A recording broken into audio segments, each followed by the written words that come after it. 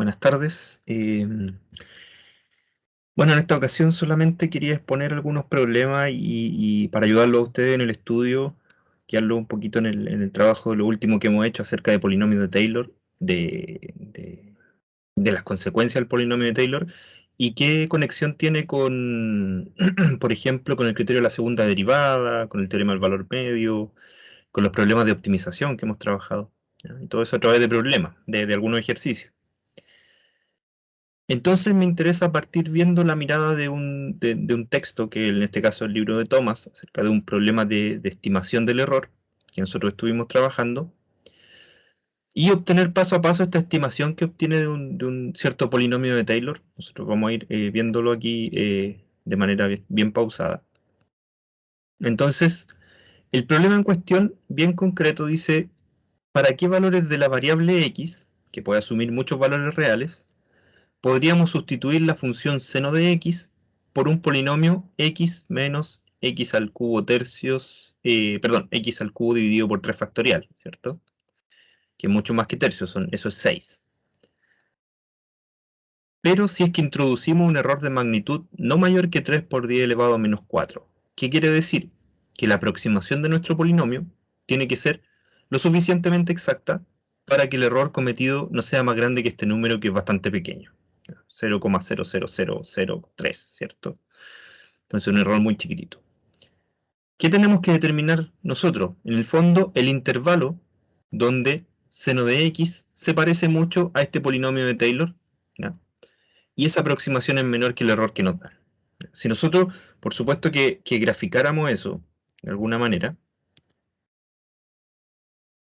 si a nosotros se nos ocurre, por ejemplo, graficar seno de x junto con el polinomio de Taylor que nos acaban de proporcionar, que sería x menos x elevado a 3 dividido por 3 factorial,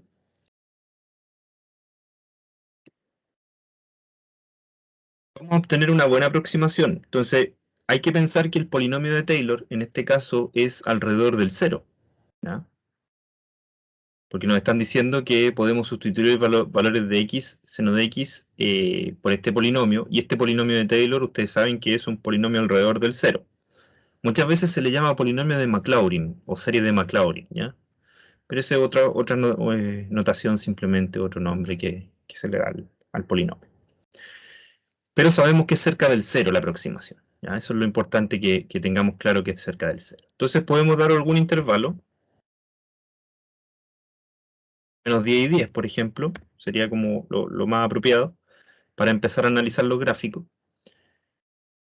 Y nos vamos a ir dando cuenta que es una muy buena aproximación del polinomio cúbico, pero cerca del 0, por supuesto que después se aleja mucho. Sabemos que la línea roja corresponde al seno y que la línea verde sería el polinomio de Taylor, ¿ya? Porque no es periódico, ¿cierto? Y la línea roja es evidentemente periódica, tiene que corresponder a la función seno, no queda otra opción. Si nos acercamos un poco al origen, ¿ya?, al valor 0, nos vamos dando cuenta que efectivamente es una muy buena aproximación, pero que tiene bifurcaciones, ¿ya?, en ciertos valores. Es decir, que el polinomio de Taylor empieza a aproximar la función con un error cada vez mayor. Entonces, ¿cómo discriminamos o cómo sabemos cuándo el error cometido de aproximación es menor que algo que nosotros queremos controlar? En este caso, el número 3 por 10 elevado a menos 4. ¿Cómo sabemos cuándo la distancia entre esas dos curvas es menor que 3 por 10 elevado a menos 4? Esa es la pregunta. ¿Para qué valor de x, o sea, de los valores del eje horizontal, esa distancia entre las dos curvas va a ser más chica que el error que nosotros queremos cometer?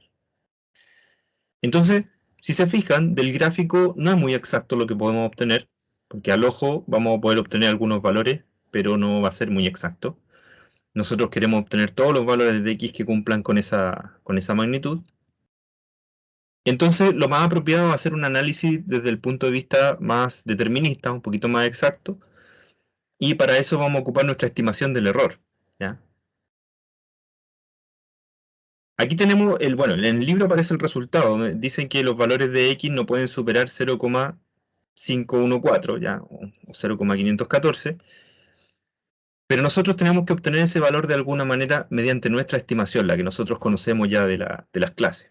Entonces, volviendo un poquito a lo que nosotros estábamos trabajando en clase, hay que recordar que teníamos una estimación para el error del polinomio. ¿Ya? Voy a volver un poco atrás para recordar cómo se generaba.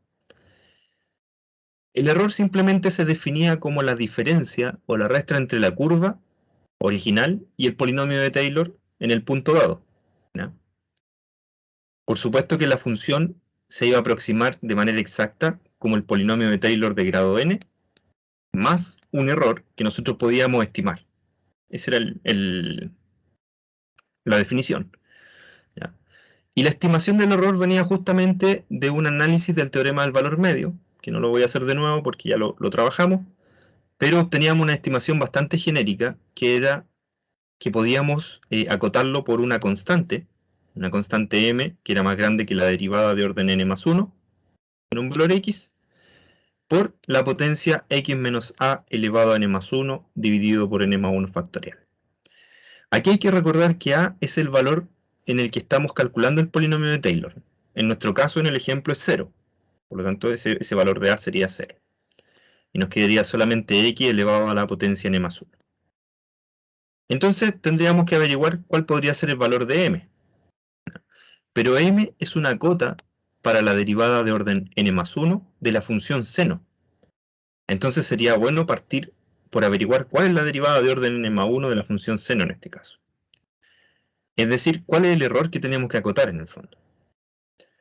Entonces, si nosotros volvemos a nuestro ejemplo, tenemos un polinomio de Taylor, ¿ya?, que es claramente el polinomio de seno de x, pero ¿cuál es el polinomio original de seno de x? Como cuando nosotros lo calculamos, ¿cuál sería ese polinomio original? Entonces lo podemos escribir aquí. El polinomio original de seno de x, polinomio de Taylor alrededor del 0, es un polinomio cuyas potencias son todas impares. Pero incluso lo podemos desarrollar desde el comienzo. Esto es simplemente, si suponemos que la función seno es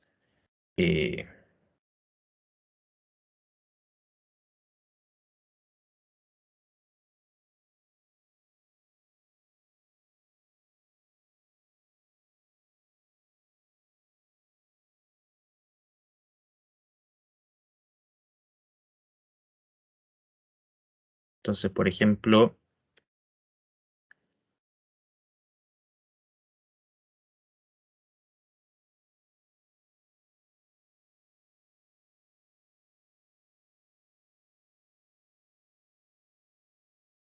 entonces vamos a suponer que f de x corresponde a la función seno.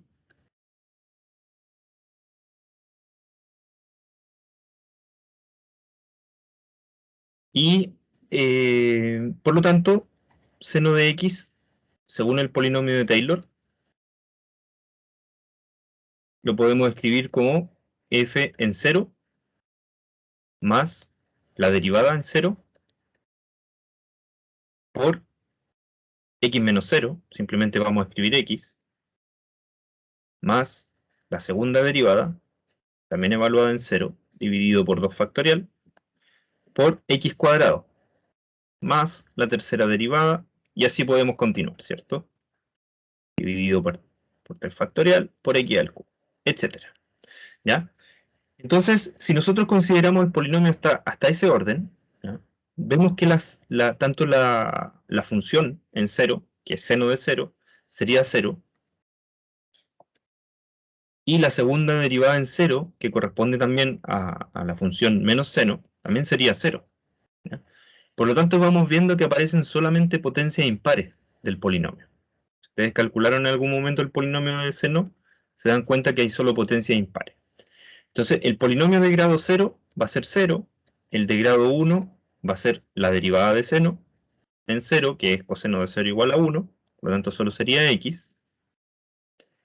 El de grado 2 sería el mismo x, porque esta segunda derivada es 0, por lo tanto sería 0 por x cuadrado, y de grado 3, k igual 3, sería la tercera derivada en 0, que corresponde a la función menos coseno en 0, que sería menos 1. Esto quedaría negativo. O sea que estamos en presencia de un polinomio de grado 3 de Taylor. Y por lo tanto la función seno se va a aproximar a este polinomio, excepto por un error.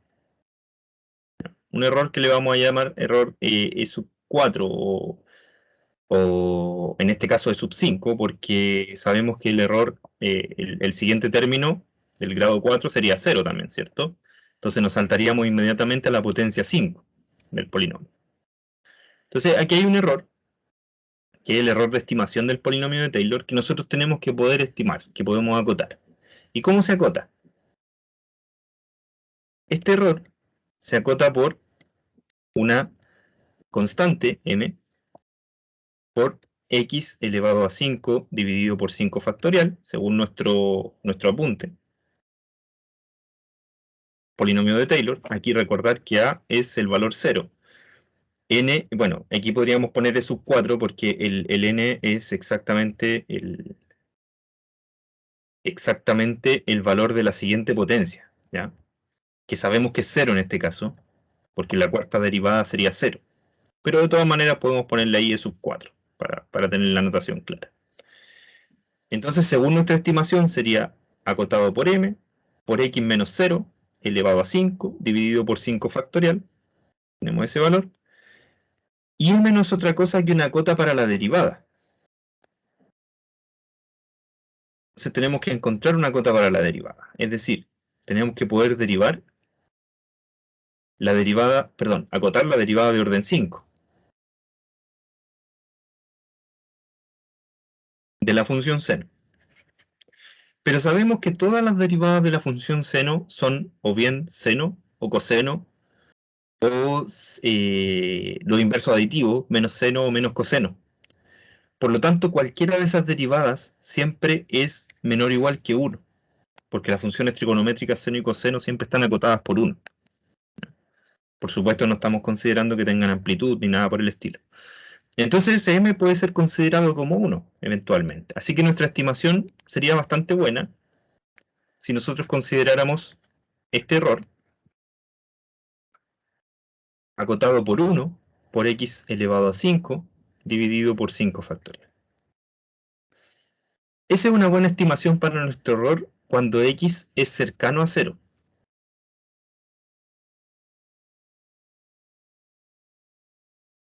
Si es cercano a 0, entonces se produce esta estimación del error muy buena. Y nosotros quisiéramos que esta estimación del error correspondiera o fuera menor que 3 por 10 elevado a menos 4, que es la estimación del error que nos indica. O sea que nosotros necesitamos que esta potencia o este término del error, ya esta cota del error, sea más pequeña que 3 por 10 elevado a menos 4, para que el error, por supuesto, que esté acotado por ese valor. Entonces, realmente, x elevado a 5 tiene que ser menor que 5 factorial, que es 120, por 3, por 10 elevado a menos 4. Y por lo tanto, x debería ser un número en valor absoluto, podríamos incluso colocarlo, menor que la raíz de 360, que corresponde a 3 por 120, por 10 elevado a menos 4, y que por supuesto eso es la raíz de 360 por 10 elevado a menos 2.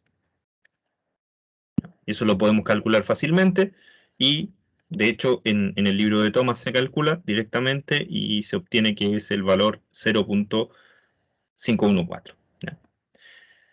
Por lo tanto, la estimación del error es bastante buena en este caso. O sea que podemos colocar aquí el número que ya está calculado. Aproximadamente. ¿Ya?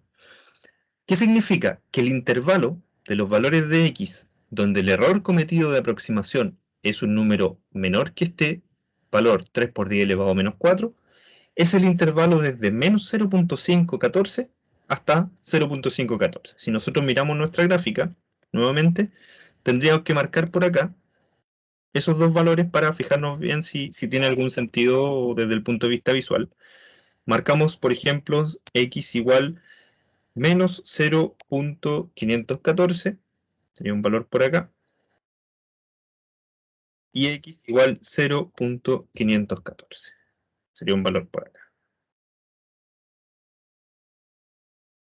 Esos valores están muy lejanos de acá, porque realmente aquí estábamos aproximando del valor de pi en este gráfico, pero por supuesto que si escribimos el polinomio de Taylor aquí, que sería x menos x al cubo dividido por 3 factorial, que es 6, ahí nos damos cuenta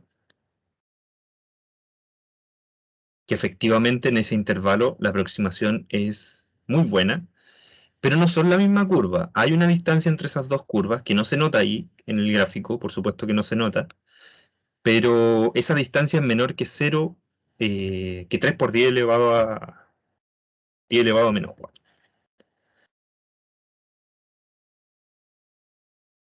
O sea, más pequeña que ese valor, digamos, la distancia. ¿Ya? Esto podemos concluir del problema. Entonces la estimación del error finalmente siempre, si se fijan, depende mucho del grado del polinomio que viene después de que truncamos. ¿Ya? Por ejemplo, aquí el polinomio fue truncado justamente en el grado 3, porque el grado 4 el polinomio es 0, y el error dependía del siguiente término del polinomio. Eso no es una casualidad, ¿ya? Eso es incluso un teorema, pero nosotros no lo hemos trabajado, solamente trabajamos la estimación del error, pero usualmente la estimación del error coincide con esta siguiente potencia, por decirlo así, del polinomio, una vez que nosotros truncamos, ¿ya? Pero no hay problema porque nosotros tenemos nuestra propia estimación del error, que aparece en los apuntes, en la diapositiva, y es bastante válida porque la obtuvimos a partir del teorema del valor medio, ¿ya? ¿Qué otras cosas se pueden obtener del polinomio de Taylor? Bueno, toda la teoría que vimos de optimización son casos particulares de los polinomios de Taylor en realidad, ¿ya? Por ejemplo, supongamos que la gráfica de una cierta función que se puede derivar dos veces tiene un punto de inflexión, ¿ya? De hecho, vamos a ocupar la misma gráfica de seno que yo tenía dibujada acá.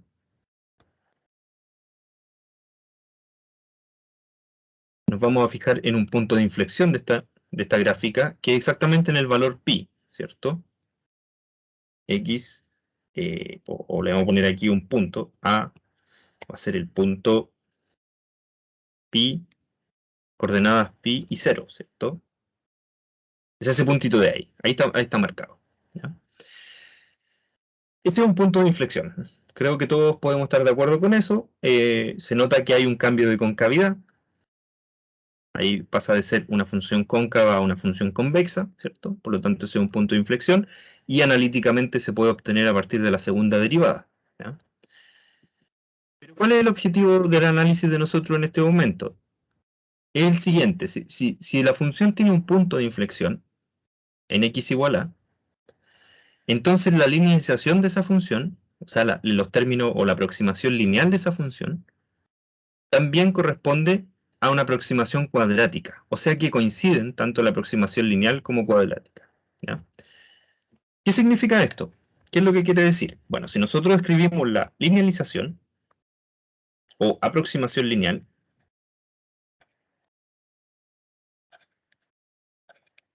vamos a poner aquí linealización de f, corresponde justamente al polinomio de Taylor de grado 1, ¿ya? Alrededor de a, o sea, de x igual a, que sería, como bien sabemos, f en a más f' en a por x menos a. Eso es lo que llamamos una linealización, ¿ya? O simplemente el polinomio de Taylor de grado 1, lineal. Y la aproximación cuadrática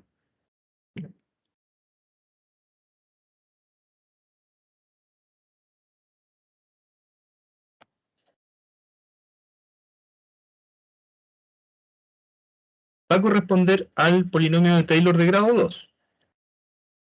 Y así también podemos hacer una aproximación cúbica, etc. ¿Ya? O sea, cuadrática sería hasta la segunda derivada. Esa es la aproximación. Ahora me dicen que si esta función tiene un punto de inflexión en x igual a, entonces la linealización y la aproximación cuadrática coinciden.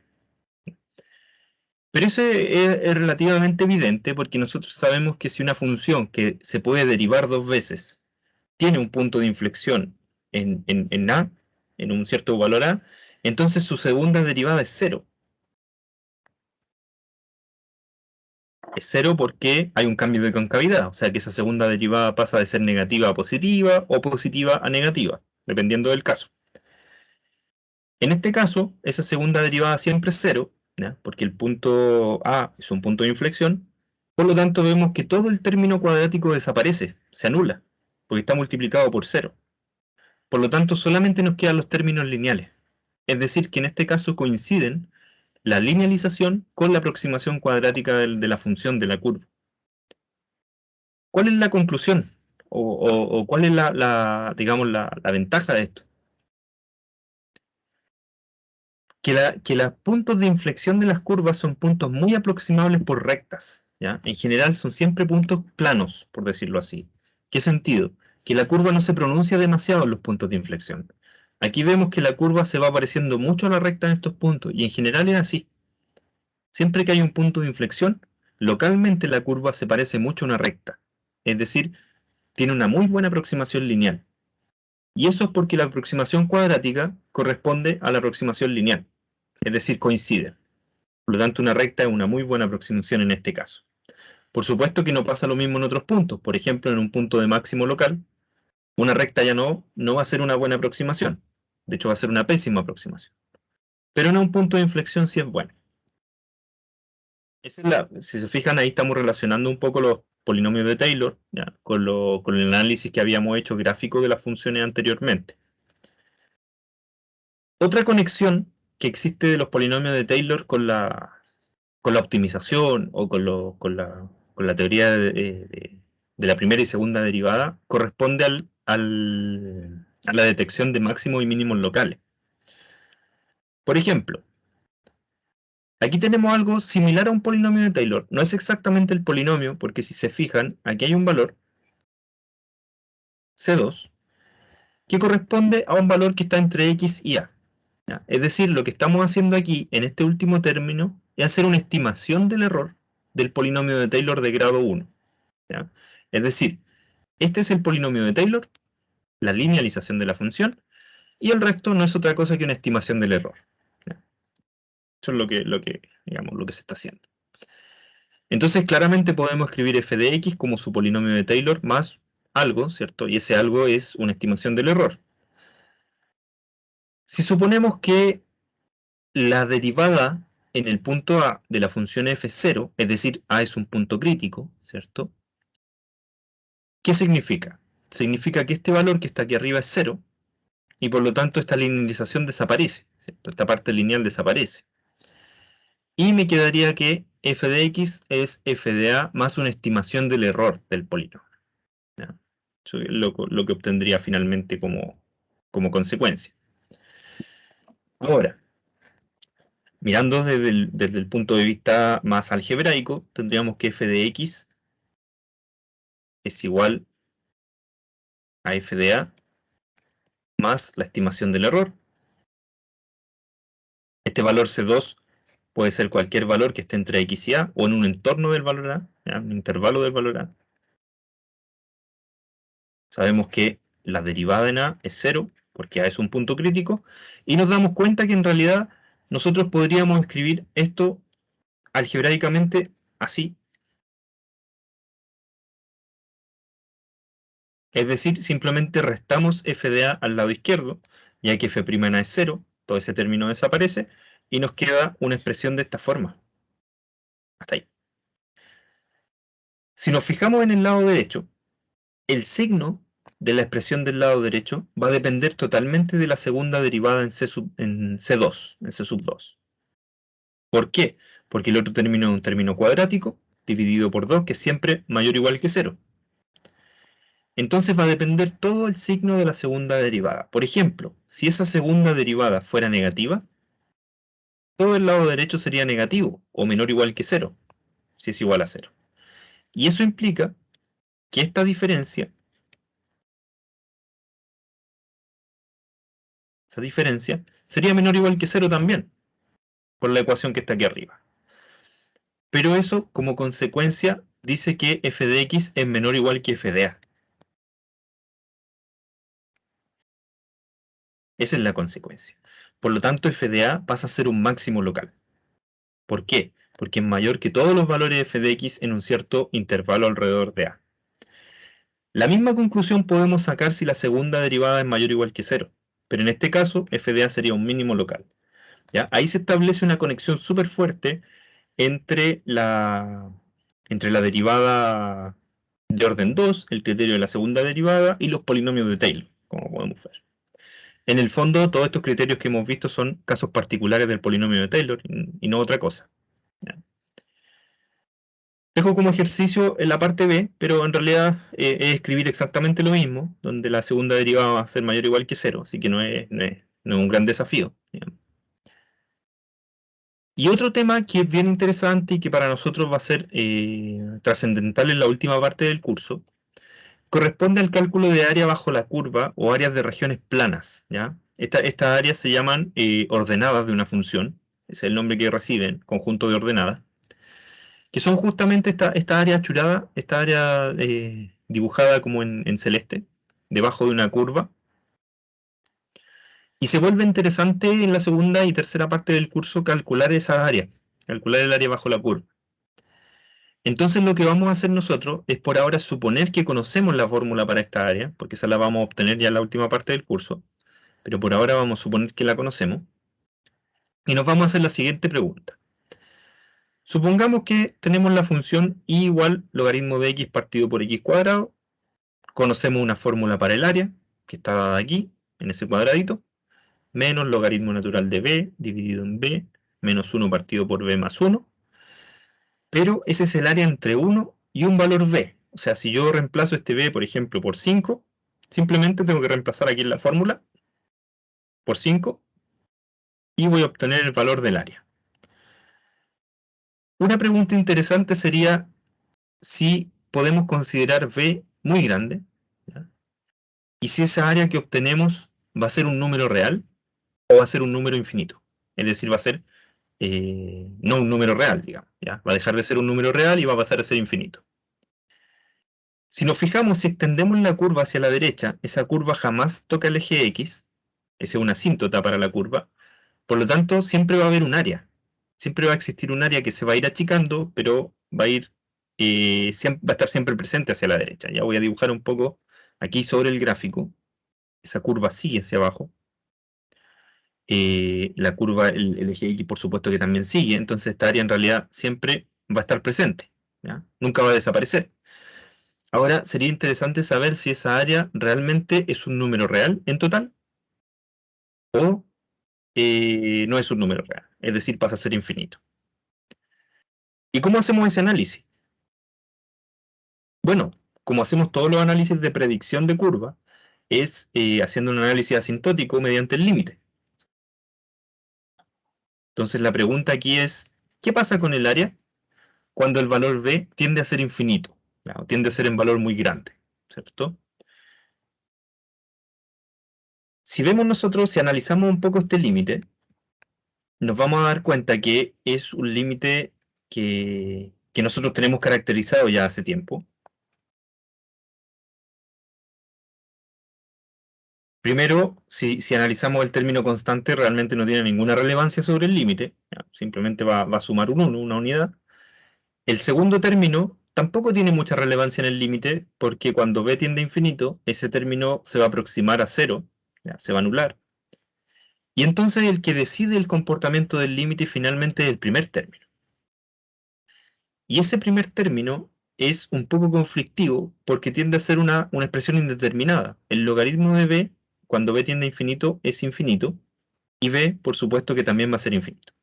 Es decir, tenemos una expresión de la forma infinito dividido en infinito, lo cual es ambiguo, ya un poquito, por decirlo así, desconocido para nosotros. Por lo tanto, vamos a tener que analizarlo desde el punto de vista de la regla del L'Hopital, que habíamos estado trabajando. Voy a borrar la figura porque no tiene relevancia en este momento, sino que conceptualmente. Entonces, nos importa saber en realidad, para averiguar este límite, ponerle aquí un signo de interrogación, no sabemos cuánto es. Vamos a averiguar cuánto es el límite de la expresión indeterminada, si es que podemos averiguarlo.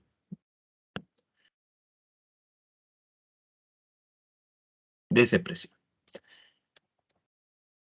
Si nos fijamos, primero es una expresión indeterminada, ¿cierto? Es de la forma 0 infinito dividido en infinito. Por lo tanto, tenemos una de las hipótesis para aplicar la regla del L'Hopital. La segunda hipótesis es que las funciones sean diferenciables, en este caso lo son, porque el logaritmo natural de b para números mayores que 1, por supuesto que es diferenciable, ¿ya? Su derivada es 1 sobre b, y el polinomio b también es diferenciable y su derivada es 1. ¿Ya? Así que, por supuesto que ambas funciones son diferenciables, lo hemos demostrado ya. Ahora, si nos fijamos, el comportamiento de este límite va a ser nulo, porque la función 1 sobre b, cuando b tiende a infinito, sabemos que se aproxima a 0, ¿cierto? Por lo tanto, nuestra presión indeterminada en este caso se comporta como el valor 0. ¿Ya? Directamente se comporta como el valor 0. Por lo tanto, nuestro límite, vamos a poner aquí, vamos a borrar los signos de interrogación. Este valor me permite saber que el límite va a ser 0 o menos 0, queremos, menos 0, que corresponde al límite de 1 sobre b, más 1, y eso es 1, finalmente. Es decir, que el área que parecía infinita, ¿ya?, de nuestra región que estábamos dibujando recién, realmente no es infinita, es un número real. Y de hecho no es un número real muy grande, lo cual es más sorprendente, porque supone que estamos sumando un área cada vez mayor, pero realmente el área total vale 1. ¿Ya? Es decir, el área de esta figura, si nosotros continuamos hacia la derecha sumándola, va a ser 1, no va a ser más grande que 1. Y eso es bastante interesante y sorprendente, porque tenemos el concepto de que si sumamos una medida infinitas veces, ¿ya?, una medida variable, ¿ya?, infinitas veces, eso debería ser infinito, pero no es así. En este caso, como la medida es variable, no es infinito. Es una aplicación directa de la regla del L'Hopital que me interesa ver, porque nosotros vamos a trabajar mucho con esas aplicaciones al final del curso. Entonces, para terminar, les dejo unas preguntas de tipo de evaluación formativa. Por supuesto que les voy a dejar las soluciones también, para que ustedes trabajen antes de la prueba, de la evaluación sumativa. Un problema directamente de polinomio de Taylor. Aquí yo les aclaro que Maclaurin significa simplemente el polinomio de Taylor alrededor del 0. Es otro nombre que se le pone. Tienen que ocupar propiedades de los polinomios para poder obtener esta respuesta. ¿Qué relación existe entre el polinomio de Taylor y el teorema del valor medio? Muy importante. Eso hay que reflexionarlo para poder entenderlo, ¿ya? Entonces, aquí simplemente hay que dar una explicación. Es un argumento que hay que dar matemático para obtener una relación entre esos dos resultados. Y finalmente, un problema de estimación de error que me pareció que era pertinente, porque bueno, ustedes necesitan aprender a estimar el error de las aproximaciones, finalmente, ¿ya?, que es lo que más hacemos. Eso.